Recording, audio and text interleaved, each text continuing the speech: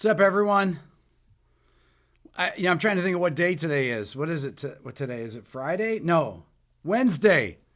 It's July 3rd, 2024. So, had a couple really big videos over the past week. I've not been on live here in 2 weeks.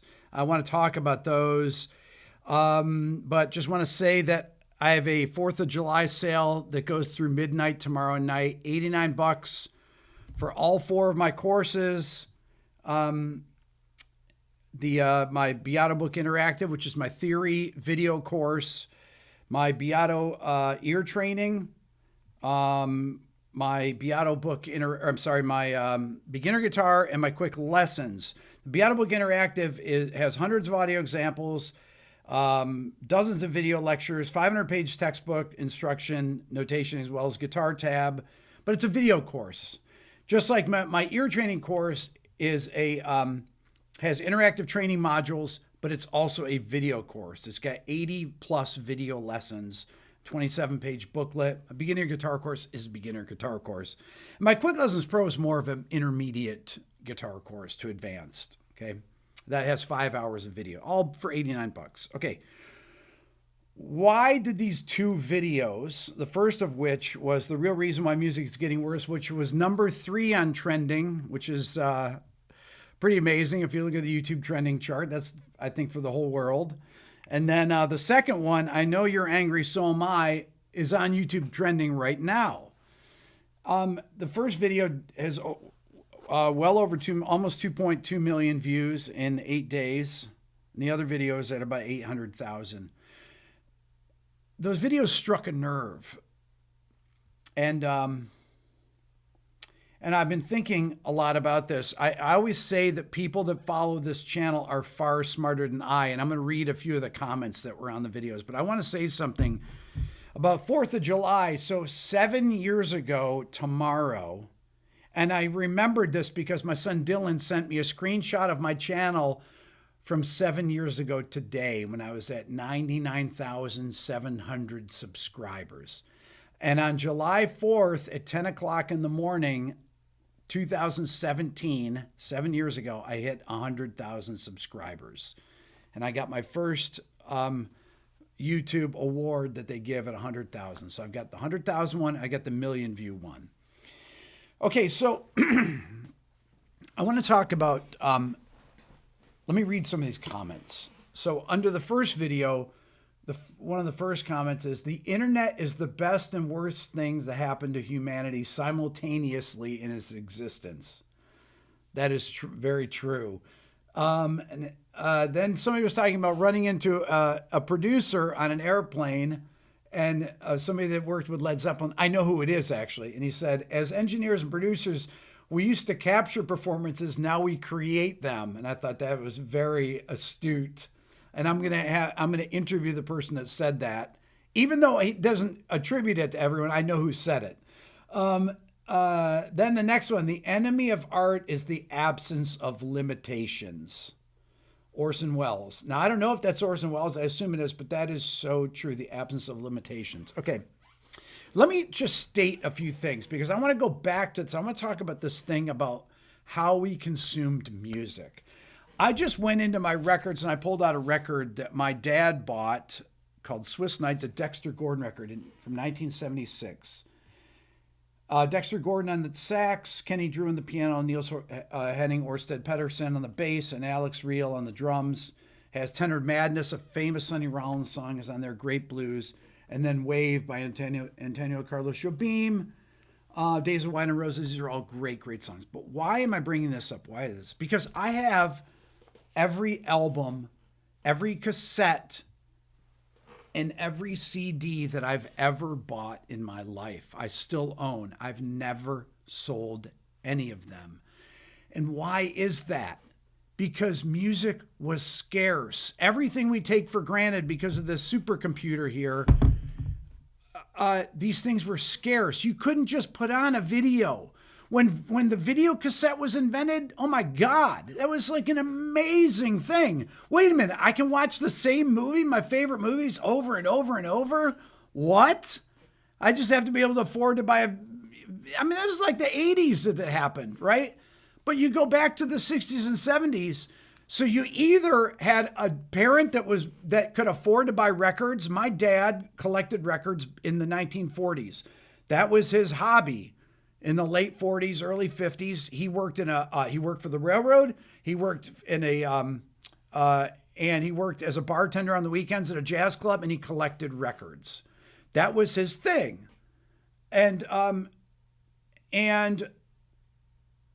when he retired in 1979, when I was in 11th grade or 10th grade, what he did with his time, he went to record stores and looked for new albums. That's his favorite thing to do, because he loved to listen to music. And what would we do? This was like a thing that we did. I mentioned it in a video a long time ago.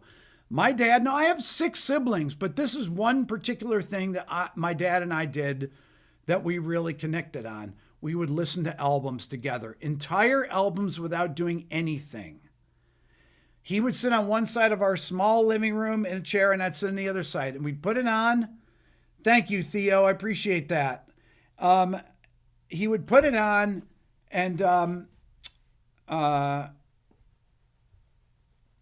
we would listen to one side all the way through. Doesn't matter what it was. Like, let's say this record, this Dexter Gordon record. And I wouldn't say anything, and neither would he. My dad would just twirl his hair in the front here. He'd just twirl it and just listen. And then I would get up and go over, and I'd flip the album over, put it on. I'd go sit back in my chair and listen to it. And we would not say a word. Nothing like, wow, that was amazing. These would be jazz albums, because that's what my dad was into. He loved jazz. We'd listen to jazz albums all the way through. That's it. No looking at anything. There was nothing to look at. There were no magazines. What are you going to look at? You just look into space, and you imagine. You think about life. That was it. That's all there was. My mom listened to music too. She and I would listen to stuff. My mom was the one that used to say, when I tell her that people couldn't figure out, I'd have to teach, I taught ear training, and she's like, what do you mean? I said, yeah, I teach people how to hear things, how to figure out stuff. I don't mean people can't figure out things. I said, no. She could even imagine that people, and she was not trained in music, but if you wanted to learn something, you figured it out. There was no internet to learn anything, or someone taught it to you, or you read it. That was it. And if you wanted to hear music over and over, you'd either listen to the radio, and you couldn't listen to the same thing over and over and hope that your favorite songs would come on, or you'd spend your money and go out and buy albums. That's the only way you could hear things over and over, right? And then videos, you couldn't see them over and over until the VCR was invented. We didn't even have cable. Oh my God, I was in college when we got cable. My freshman year of college, we got a piano at home. My parents couldn't afford a piano. My brother John was the only one that took piano lessons. My younger brother, he was the youngest of 7. But my mom, I started playing guitar. My brother John started playing guitar. And one of the things was like, you should, if you want to take lessons, you need to play whenever we ask you to play. That's all she required of us. I'll drive you to your lessons every week. You can take lessons. I'll pay for them. But if I ask you to play, you both need to play. And that was every single day they asked us to play. So this other thing about the scarcity of music. This is the thing, is that there is no scarcity of everything. And this goes back to this Orson Welles quote, the enemy of art is the absence of limitations. This is why I harp on all these things that aid people in fixing things that they can just fix by practicing, right? Yeah, of course, some people can't sing every note in tune, and maybe you want to fix a note here or there. But my God, to play in time, just practice with a metronome a bunch of times. And it used to be that people didn't get to go to recording studios and record unless you saved your money. I didn't know anyone that went to recording studios. People didn't ever record at home until 4-tracks came out in the 1980s. I mean, that was it, I mean, that's it. You couldn't record things unless you had a record deal or you knew somebody that had a recording studio. Who knew anyone that had a recording studio? First time I went into a recording studio was when I was a freshman in college. My cousin Tom was at Fredonia State University, where I went one semester, and he was a year older than me. He was a sound recording major, and he had me come in for his class project. And I came into the 16-track studio at Fredonia State. First time I ever went in a recording studio. And I had this guitar. I had like an Ovation guitar that I had an Ovation, and I had a little classical guitar that I brought to college with me. And I took this Ovation and I plugged it in, had a battery in it. I remember, and I just played the stuff. I was like, what should I do? I don't know, just make something up. So I made up this thing with this picking thing, and then I harmonized it, and I harmonized it again, and then there was a bass there that I grabbed, and I played like a bass part to it, and this is amazing. You know what? If I searched long enough, I could find the recording. And I'm not a hoarder. I don't have that many things. All of my albums fit in one rack that's, one album high that's about 10 feet long, okay?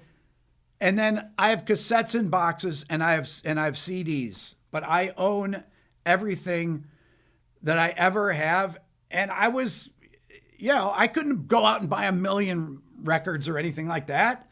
I saved and bought things that were really, that things that I heard that my friends played, or, I would record things on cassette that they had and listen to it at home. You just put the cassette player in front of it, or you put the cassette player in front of the radio and you record it. Or if you're lucky enough to have a stereo that was hooked up to the radio, that was an amazing thing. My brother Lou did that because he's an electrical engineer. He knew how to hook those things up. I think that's why he became an electrical engineer. But so these things, the appreciation of being able to re-listen to things. Oh my God, things are so easy to consume now that you can't even imagine not having these things at your fingertips. I mean, it's really, really remarkable. Okay, so some other comments. The paradox of having the world of music quite literally at your fingertips, yet being numb to it. Here's another one. Another comment. This is a fantastic bit of social commentary. Speaks to something beyond just music. Our whole culture increasingly, 1, easily produced, 2, easily consumed, 3, valued less. The next comment. What we obtain too cheap, we esteem too lightly. It is dearness that gives everything its value. Thomas Payne. Another thing, sitting down without distractions and really listening to an album once or twice a week has made me realize how much music I listen to nowadays, yet how little music I listen to. That's incredible. Let's see, here's Whenever Farley. When I was attending boarding school, I was taught how to play guitar from Joe Bouchard, the Blue Oyster Cult. He'd be great on your show. Non sequitur. Thoughts on Hank Garland. That's a non sequitur. Wait a second. I'm missing these things here. You're a champion. Theo Harvey. Thank you. Appreciate that. And then there was one other super chat. I don't know how to hit these super chat things. I'm sorry. Okay. So why do these things connect with people? Well, because I think that I'm fortunate enough to have a channel where people like you are willing to go to these places with me and support me talking about these things. When I said you vote with your attention, ultimately that's it, right? The fact that you're on here right now, the 2,600 of you are on here right now, putting things in the chat, communicating with each other, you vote with your attention. I have a billion views on YouTube, and between this YouTube and Rick Beato YouTube, Rick Beato 2, and then Instagram, I've had 1 billion views on, and it's hard. You can't imagine those numbers, right? You can't. You become numb to them, just like you can't even imagine having anything you want to hear at your fingertips. Yet it's the case. It's all there. It's all there. Anything you want. You want AI to write you a song? No problem. I'll write you a song, write you 10 songs. You want ChatGPT to do this or that? Think of ideas for you? No problem.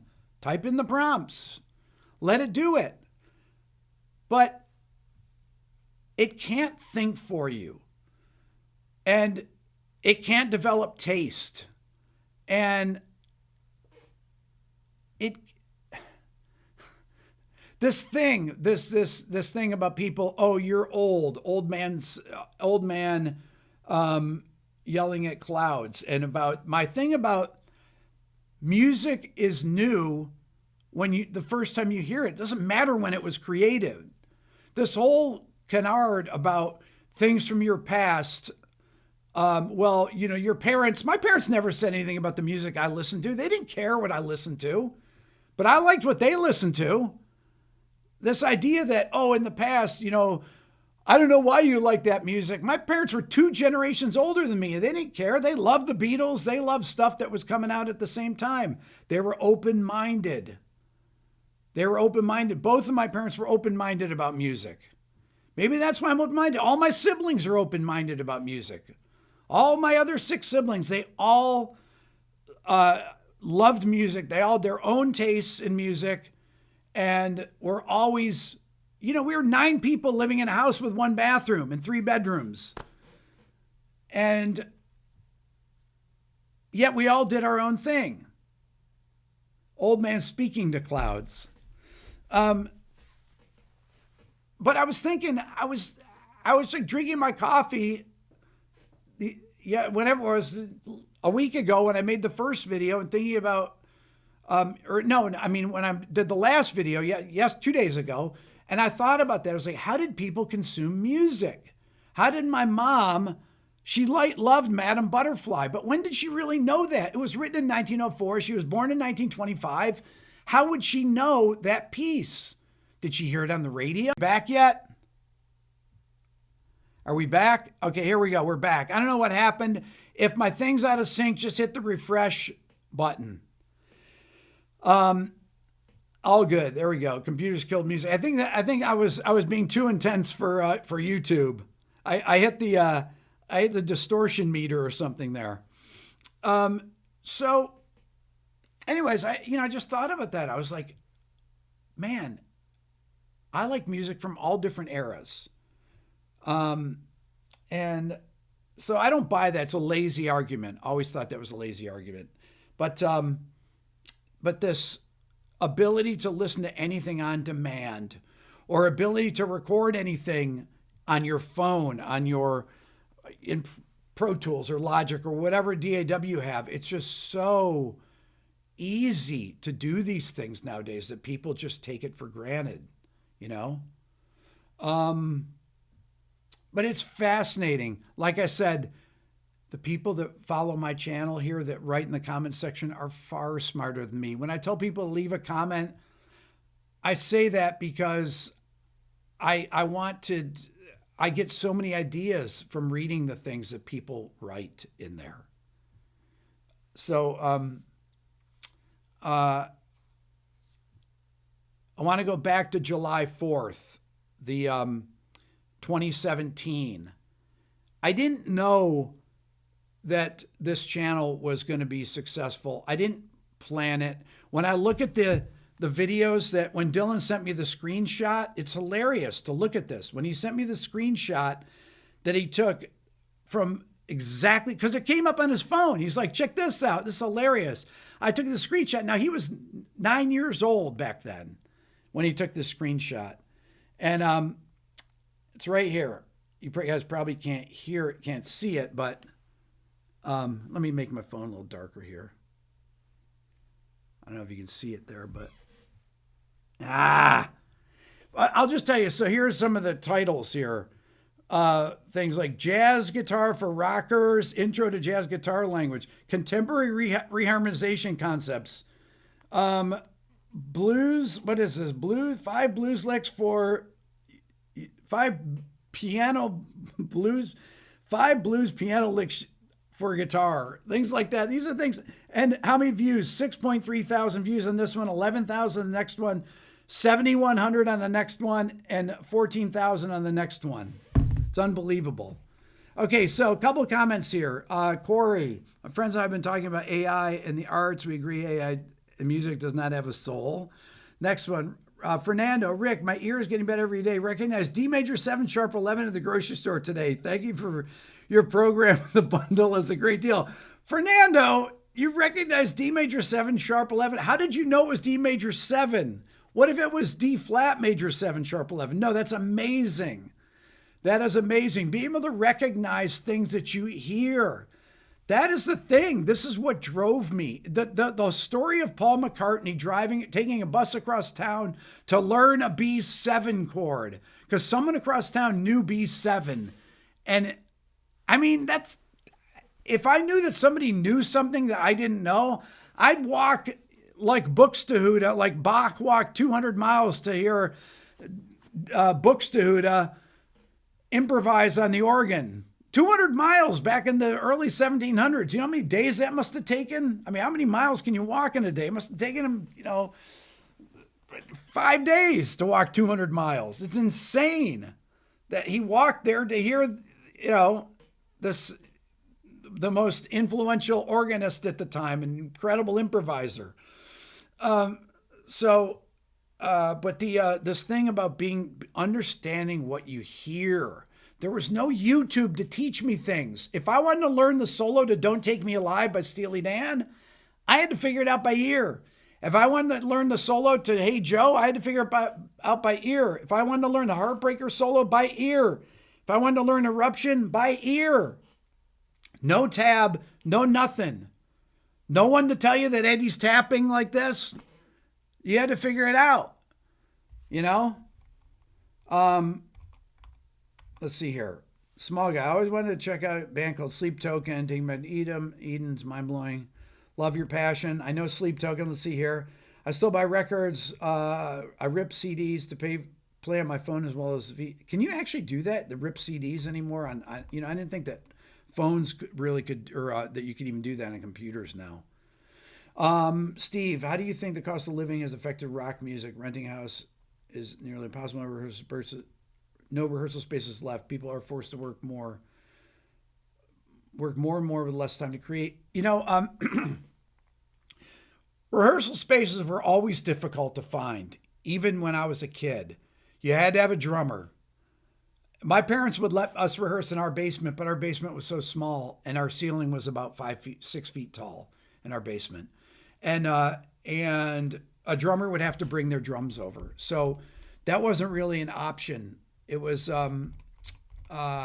so it was difficult to find a rehearsal space. Then when I played in bands in the 1990s in Billionaire, we had to get a rehearsal space. I taught guitar lessons. You know the stories, 50 students a week from 1994 to 1999. Our singer Mark waited tables at a place called Bridgetown Grill.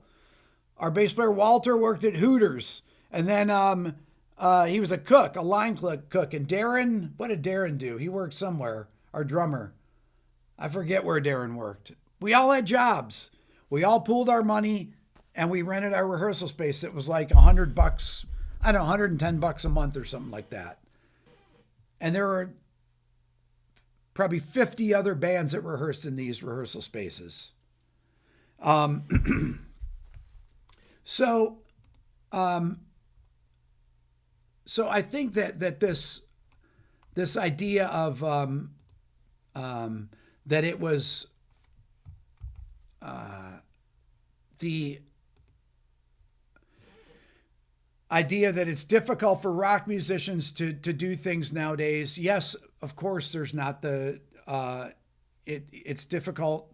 Rock bands don't get signed as, really, unless they're successful. I mean, now you can do anything on social media.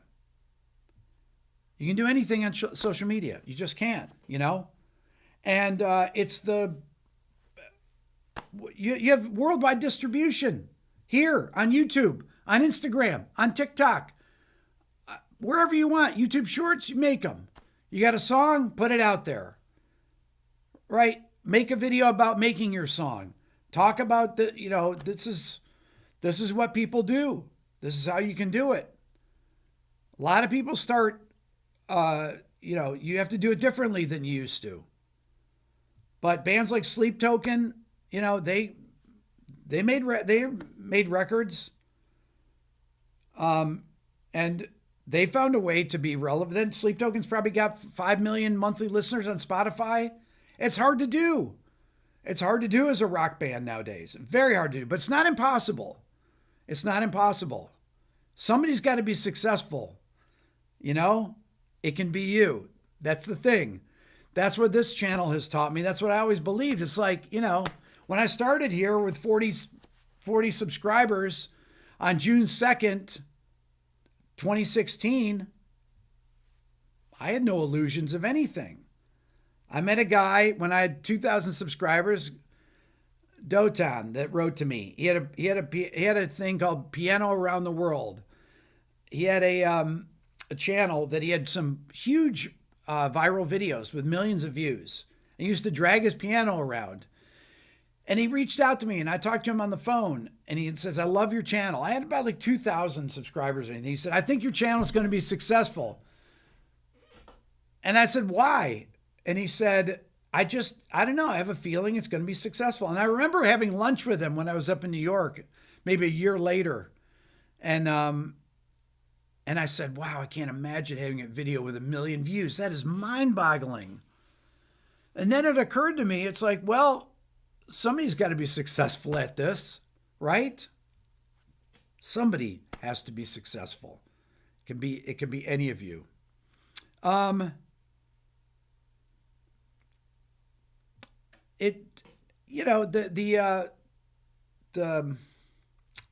having these 2 videos in a row really struck a chord. You know, I didn't like making the videos when I made them on the copyright strikes. But you know what? I'm not saying because of me, but that thing got changed. People don't take down music like they used to. A few people do, but most people don't.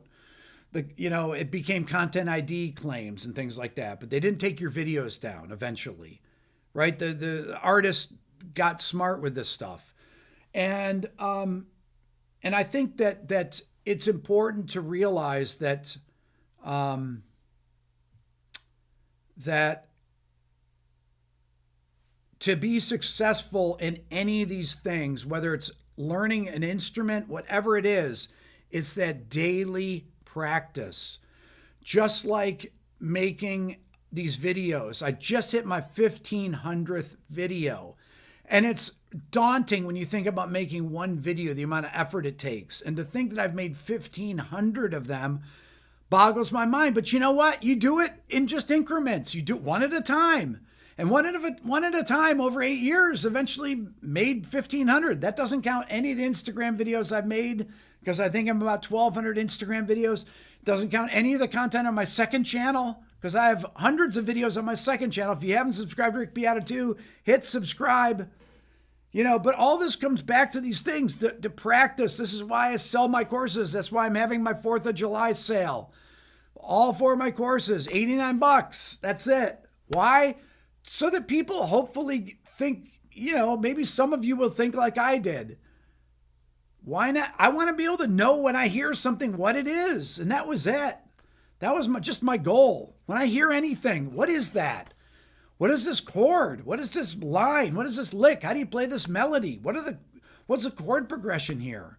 Whether it's, Fixing a Hole by the Beatles, or Livin', Lovin', Made by Led Zeppelin, or, whatever. Stevie Ray Vaughan, whatever it is. You hear it, you want to be able to play it. A Sleep Token song, Animals as Leaders, whatever it is. Getz and Gilberto, Joao Gilberto. What would they stand a chance of it being made today? Of course they would stand a chance of it being made today. They just make it on their own. So that's it. But it's one day at a time. That's what practice is. That's why if you start with my ear training course, stick with it, because you'll get better at it. You'll get better at it over time. I promise you. You'll get better at hearing things. You'll be like, I can't hear a major third from a minor third. Then you kind of get that down. I can't tell a perfect fourth from a perfect fifth. And then you work a few weeks or so, and then you get that done. I can't tell sixths from thirds. And I have little videos that go in there and explain how to do that. The little strategies that you develop for that. Then after, you go through this, then it's like, oh, I recognize this chord progression. 4-1-6-5. I recognize. Every time I hear that, I recognize it. Then you start hearing 3-6-2-5. And then you hear the major, when it goes to a major 3 chord in major, and it's a borrowed chord, or it goes to a secondary dominant. Whatever, you just get to hear these things, recognize a minor 4 chord or a minor 5 chord. You just hear the sound of it. It's like, I know what that is. Vocabulary of recognized sounds. Okay, that's it. Perfect 4th of July sale. That was a dad joke. I apologize for that. That was bad. I'm waiting for the chat to catch up. I saw somebody say perfect 4th in there. I was like, yeah, perfect 4th of July sale. Dean, good to see you. You guys are amazing. Have a great, great holiday. And thank you for supporting the channel, and let me just riff on some of these ideas. It